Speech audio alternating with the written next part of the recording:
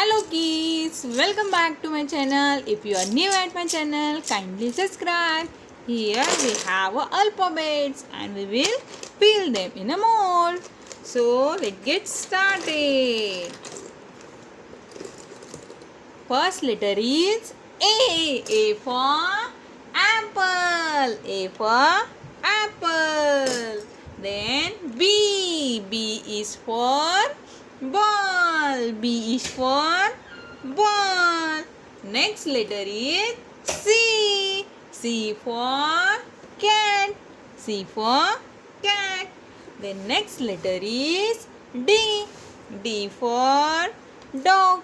D for dog. Next letter is E. E for elephant. E for elephant. The next letter is F. F for fish. F for fish. Next is G. G for gorilla. G for gorilla. Next letter is H. H for horse. H for hen. The next letter is I. I for ice cream. I for ice cream. The next letter is J. J for joker. J is for joker. Next is K. K for kangaroo. K for kangaroo. Next is L. L for lion. L for lion. M. M for mango. M for mango. N for nest. N is for nest. O. O for orange. P. P for parrot. P is for parrot. Then Q.